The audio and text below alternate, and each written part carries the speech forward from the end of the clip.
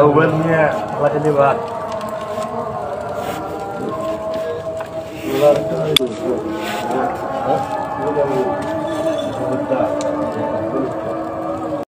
ভোর 5টা বাজে, তখন 5টার 8-10 মিনিট আগে আমরা তো ঘুমন্ত অবস্থা, এতে পেশাবে চাপ দিছে, মশা কামড়াইতেছে।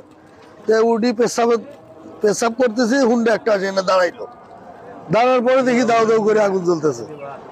হুন্ডা আলা কি যে মারলো, ভাত করে আগুন ধরাই গেল।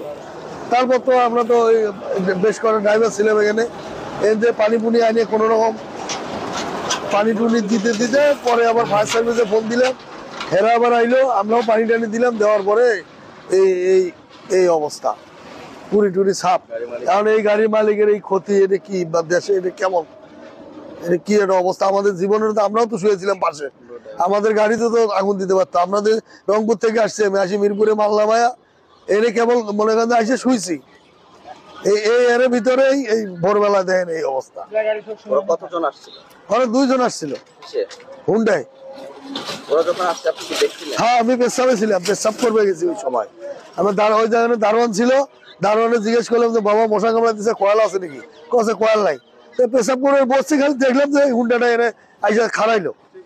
খাড়ার মনে করেন এই 2-1 মিনিট পর পরে আগুন দাউ দাউ করে ধরলো। এই ধরেন 5টা বাজার 10 মিনিট আগে, ভোর 5টা 10 মিনিট আগে, আজানের আগে। ফায়ার সার্ভিসে আমরা নিজেই ফোন দিছিলাম, আমি নিজে পুলিশে ফোন দিছি, 999 ফোন দিছি। দেওয়ার পর পুলিশের সাথে যোগাযোগ করছি, পুলিশ আবার যোগাযোগ করে ফায়ার সার্ভিস পাঠাইছে। ওরা আবার ইয়া করছে, সব সারাক্ষণ ফোন দিছে আবার, যে গেছে কিনা, আসছে কিনা। ওরা আবার কনফার্ম হওয়ার পর আমি বলছি হ্যাঁ আসছে, পুলিশও আসছে, আবার ফায়ার সার্ভিসও আসছে। ওরা আবার আসে, আবার ওরাও আধা ঘন্টার মতো পানি টানি দিয়ে এটা থামাই টামাই সকালবেলা গেল। গাড়ি ছোটো নিরাপত্তা করবে না,